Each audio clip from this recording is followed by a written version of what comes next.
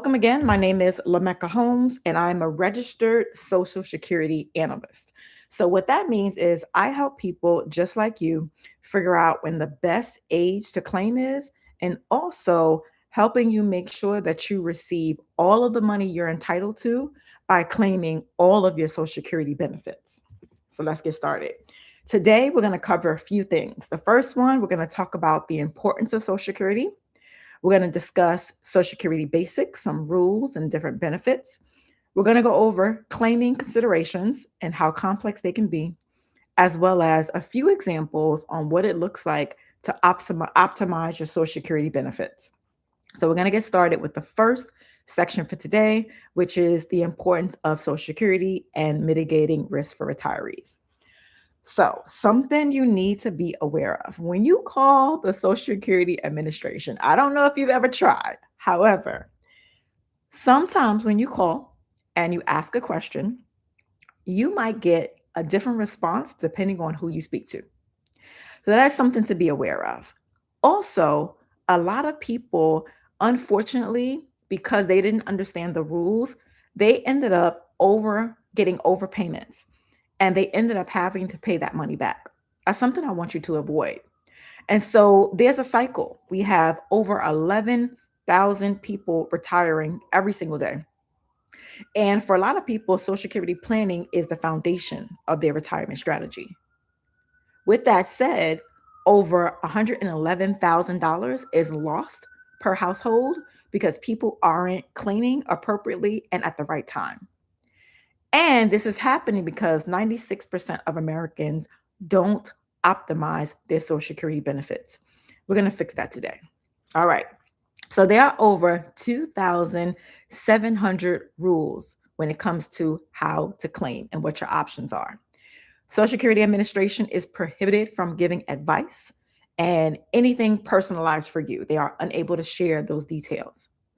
And in general, there are few reliable resources. That's why working with a registered Social Security analyst is so important because I've been trained to understand the rules and also make sure that you maximize your benefits. So, this is a snippet from what our RSSA roadmap tool looks like. It's for a couple, Alice and Peter, and I help them figure out what age Alice needs to claim, which is 62, and which age Peter needs to claim, which is 70, so that they can receive maximum benefits. That's the orange number you see, over $1,270,000. Okay, so here's some facts. Social Security is more than just a retirement program. It also includes lifetime guaranteed income and a COLA benefit, which we're going to get into a little bit later, but that stands for cost of living, okay? And cost of living adjustment. And then also, it's the foundation for many people when they're planning for retirement. And for a lot of people, it is the majority of their income. So there are different benefits that are available if you're married, divorced, if you're widowed, if you have children, if you're disabled, and also if you're self employed. Now we're going to move on and discuss the rules and benefits. Okay, so we need to understand this concept of what is your full retirement age. The acronym I'm going to use for that is FRA. Your full retirement age is based on the year that you're born.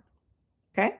So, for example, if someone was born in 1959, their full retirement age is 66 years old and 10 months.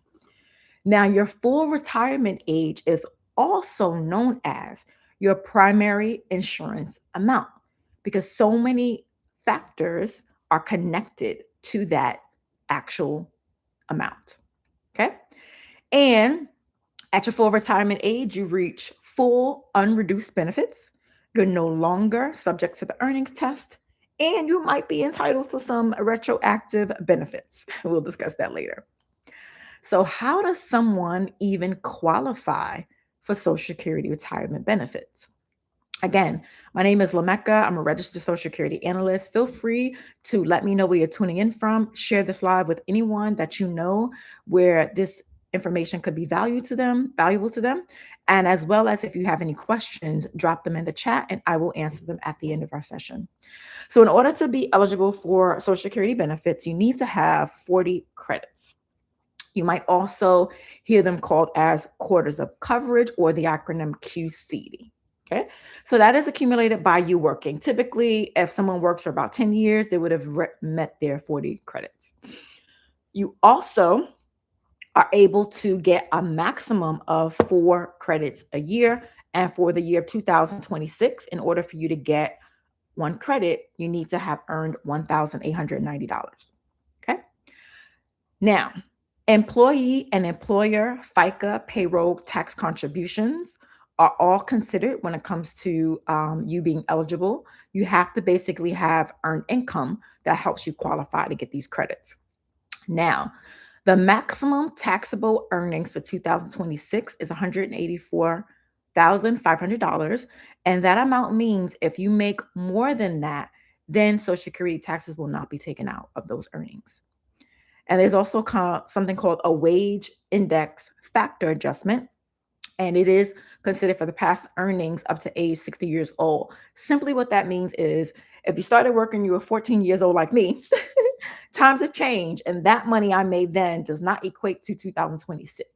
So that wage index factor really kind of just normalizes that old income to meet today's standards. Okay.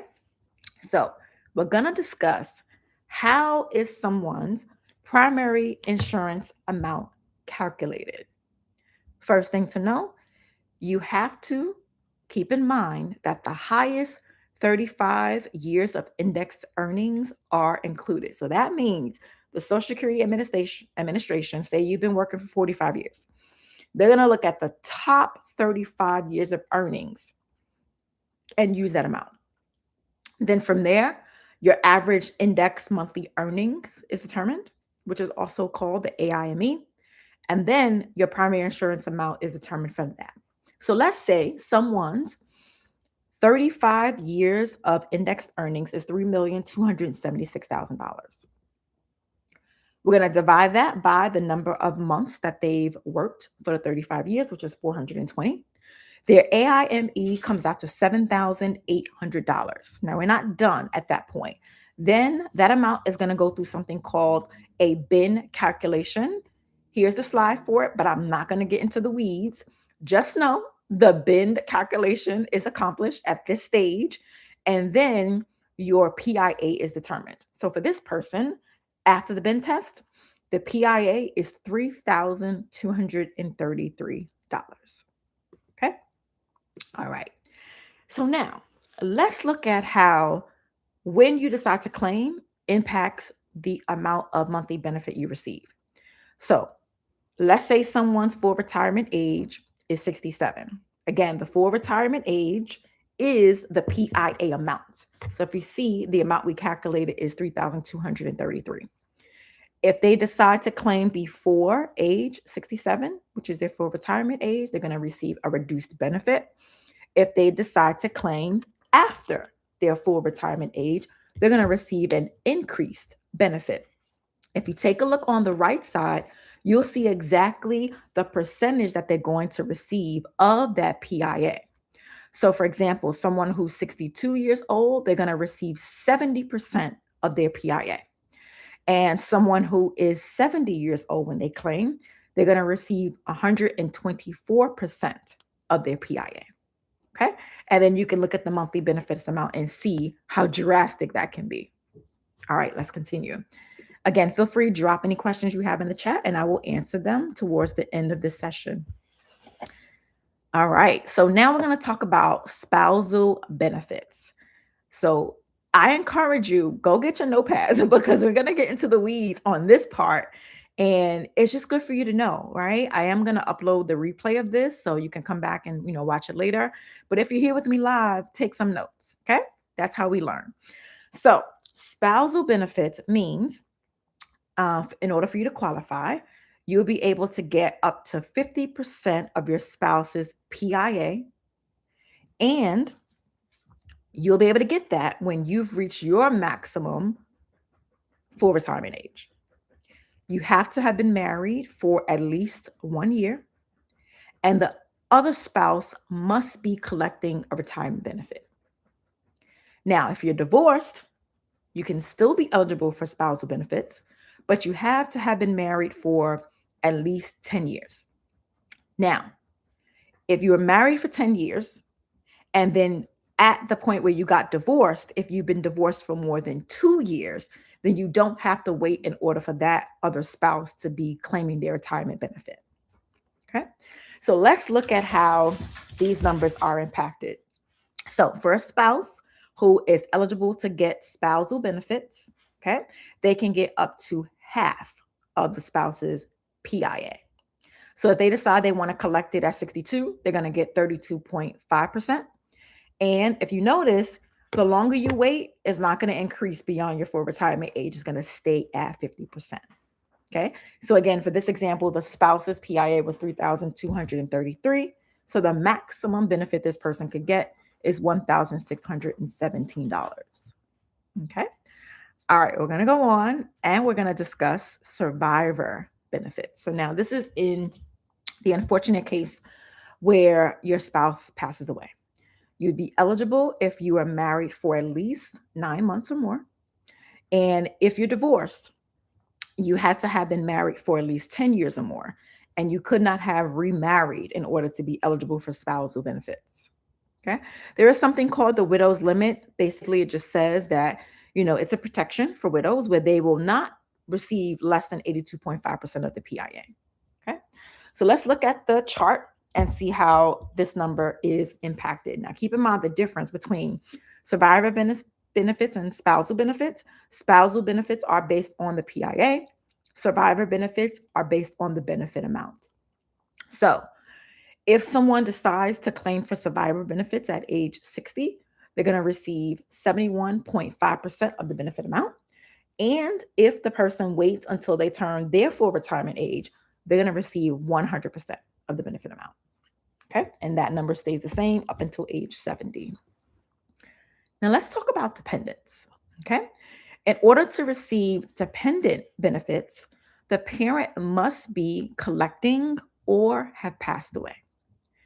And up 50% of the PIA while the parent is alive will be received, and 75% of the parent's PIA if they were deceased could be received. There is something that is called the family maximum benefit, where it caps things off where you can't exceed that amount. And it is also subject to the earnings test, which I will explain a little bit more about what the earnings test is.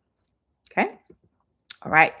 Now, in order for you to be eligible for benefits for a dependent, the person has to be a minor child under the age of 18 or 19 years old and still in high school. Disabled adult could be eligible if they were disabled before they turned 22 years old.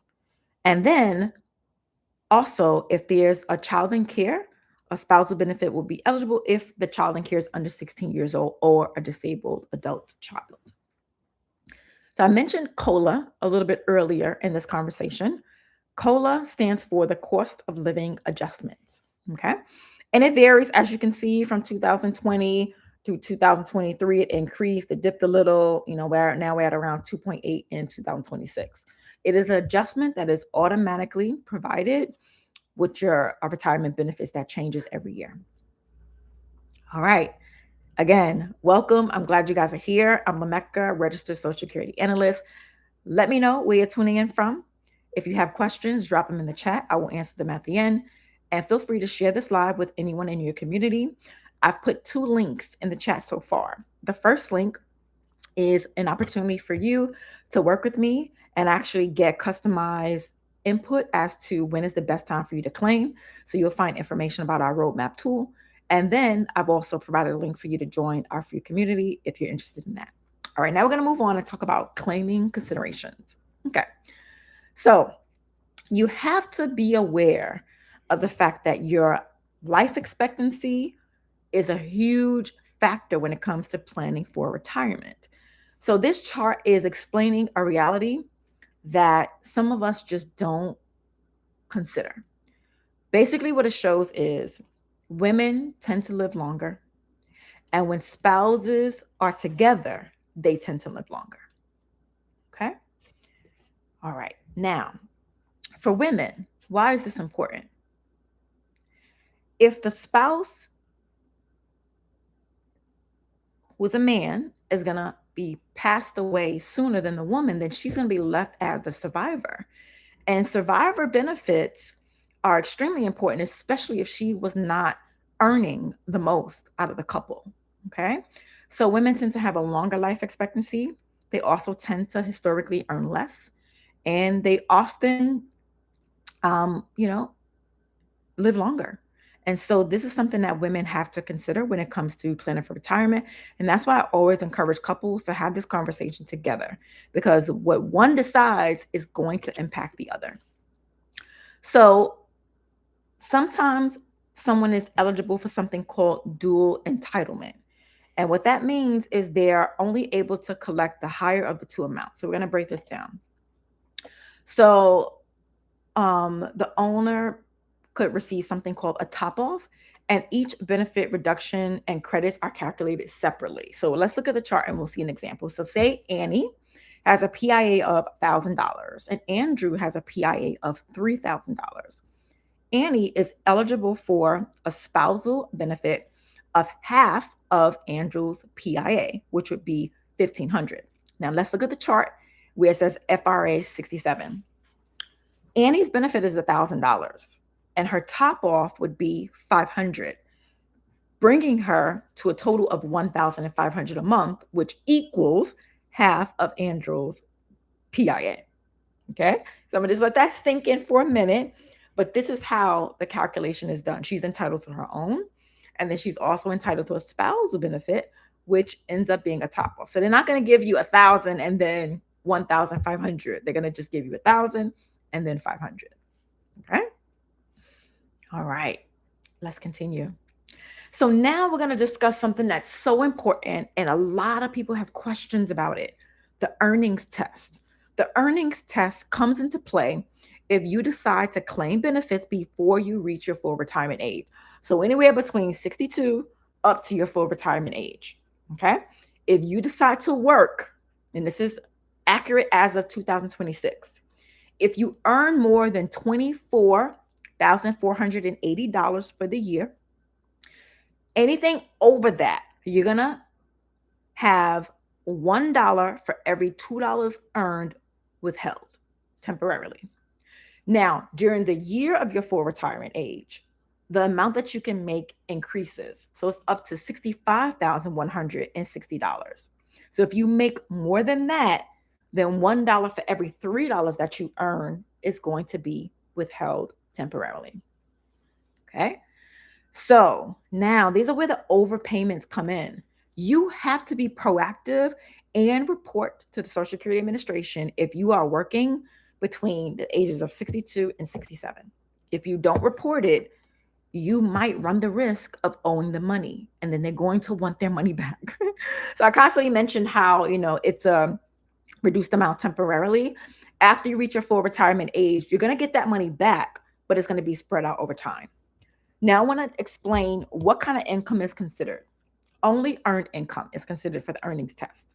So money from your W-2 from an employer, or if you are getting income because you're self-employed, those amounts will be considered. But earnings that are not considered as income are pension payments, annuity payments, IRA distributions, dividends, interest income, capital gains, and rental income. Those are not considered. Okay. All right. Now, let's talk about the overpayments. Another way someone could have overpayments is, let's say they were collecting disability insurance, SSI, SSDI, and for whatever reason, their circumstances change and they're no longer eligible to receive those benefits. If they don't communicate that with the Social Security Administration, they are going to be responsible for giving that money back. Okay.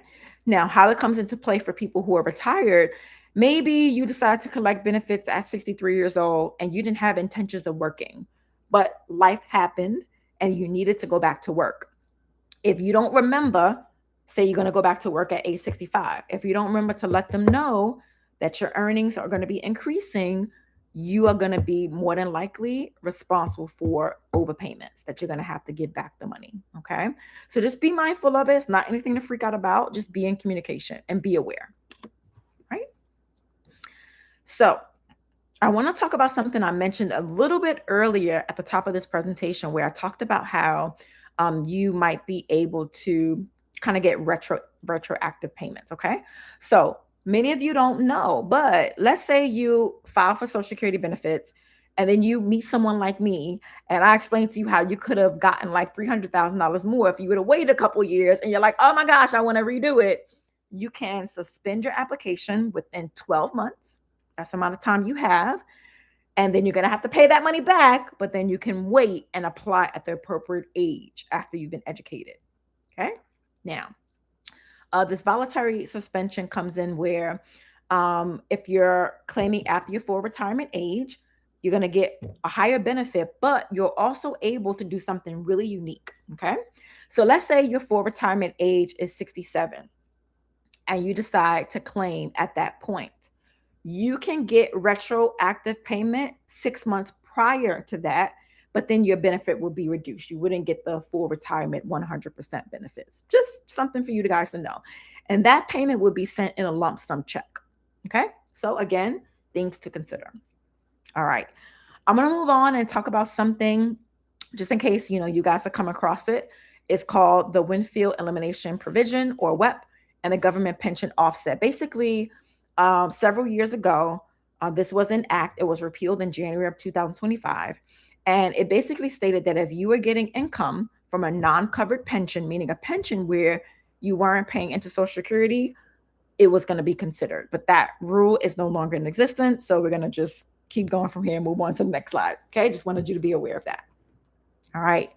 Now we are going to discuss really the tool that I think is so amazing, which is the the Registered Social Security Analyst Roadmap. Okay. I'm going to give you a couple examples so you can see how this tool is so powerful and effective. So let's say we have a couple and their PIA is different, right? So we have Paul and we have Alice. Okay. So they are both 62 years old and their full retirement age is 67. Their life expectancy for both of them is 85 years old. Paul's PIA is $3,000 and Alice's PIA is $1,000. Okay. So if both of them decide to claim at age 62, Paul's benefit is going to be $2,100 and Alice's benefit is going to be $975. So together as a household, they would be receiving $3,075. But now let's look at if they wait. If they wait until their full retirement age, which is 67 for them, Paul would receive $3,000 and Alice would receive her spousal benefits and get $1,500. So altogether for the household, they're getting $4,500, which is a huge difference. And again, I am not here to tell you when to claim. I'm here to provide you with the data so you can make the right decision for you and your family. Let's look at another example. So we have Paul and Alice. Okay.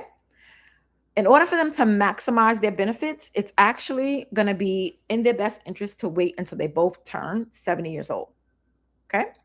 So at that point, Paul is going to get $3,720. Alice is going to get her spousal benefits at age 70 of $1,500 for a total benefit of the household of $5,220. But just keep this in mind. She's going to be first collecting her full retirement benefits at age 67, which is $1,000. And then she's going to get that spousal benefit top off when she turns 70. So it's, again, all about planning and being strategic. Okay. All right. We got one more couple. We have John and we have Lisa. So John is 62. His PIA is $3,345 and his life expectancy is 85. Lisa is 57. Her PIA is $3,115 and her life expectancy is 90 years old. Okay. So we have up on the screen if they both collect at 62, if they both collect at their full retirement age, if they both collect at age 70, Or if they meet with someone like me and come up with a plan, one will collect that 70, the other one will collect that 68, and they will get $7,512. But if you notice, more money is going to be put into their household because they're going to be starting to claim on like a staggered plan. All right, let's continue. So let's look at this example for Lisa and John with we call it a heat map. Okay. So again, she's going to be claiming at age 68 and he's going to be claiming at age 70. So it's going to produce for their household income $1,264,000 approximately, for an estimated benefit of $7,512 per month. Okay. So this tends to be the highest, what we call the lifetime income, the highest lifetime income. And if you see down at the bottom, it says this is from our RSSA roadmap software. Okay. I'm going to explain how that works towards the end. Okay. So the way our roadmap software works is you are able to get access to it. You would be able to go to your Social Security Administration account on the website. You will download your earnings, okay? And from your earnings, you will upload it to our system. You'll put in some personal information, and then I will review it and then create the roadmap for you. The roadmap does more than just the heat map. It also breaks down what benefits you're eligible for, when you can file them, and really just helping you to plan strategically. So many times people just leave money on the table. They don't know anything about spousal benefits. They don't know anything about survivor benefits. And they're just truly, truly doing a disservice to themselves. So in the comments of this video, I have dropped for you 2 links. One is to actually learn more about the roadmap software, and the other one is for you to join our free community. Okay.